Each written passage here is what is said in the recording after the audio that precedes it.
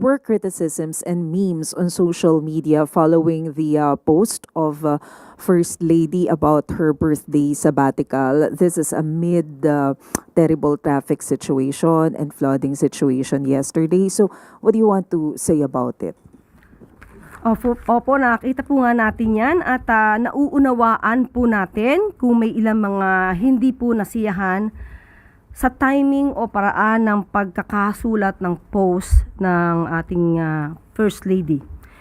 Karapatan ng bawat isa na magkaroon ng sariling opinyon at ito naman po ay mahalaga at pinakikinggan po ni First Lady ang lahat ng opinyon para malaman niya kung ano ang nararapat na ano pang tulong, batikos ay kailangan itong malaman.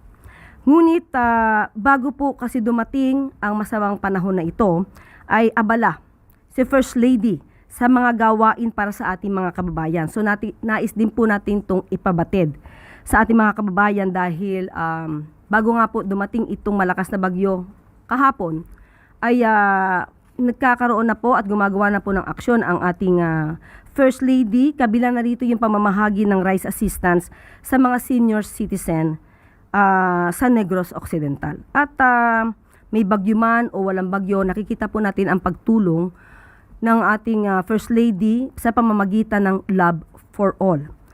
At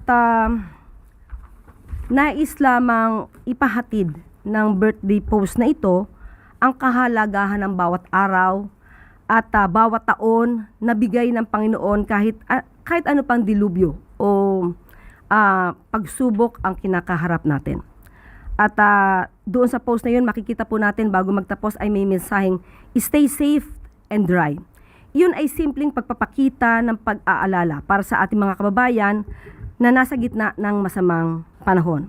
Ngunit sa mga nagdamdam sa post na ito, naiintindihan po namin ang inyong damdamin. Ngunit huwag po kayo mag-alala dahil tuloy-tuloy po ang pagtatrabaho at pagbibigay ng assistance at ayuda ng pamahalaan para sa ating mga kababayan na nakaranas ng hindi kanais-nais na trapiko, pagbaha, kahapon. At nais pa rin pong ipaalala ng ating First Lady na ang bawat buhay ay mahalaga, ipagbundi ang bawat araw natin na nasisilayan natin ang biyaya ng may kapal.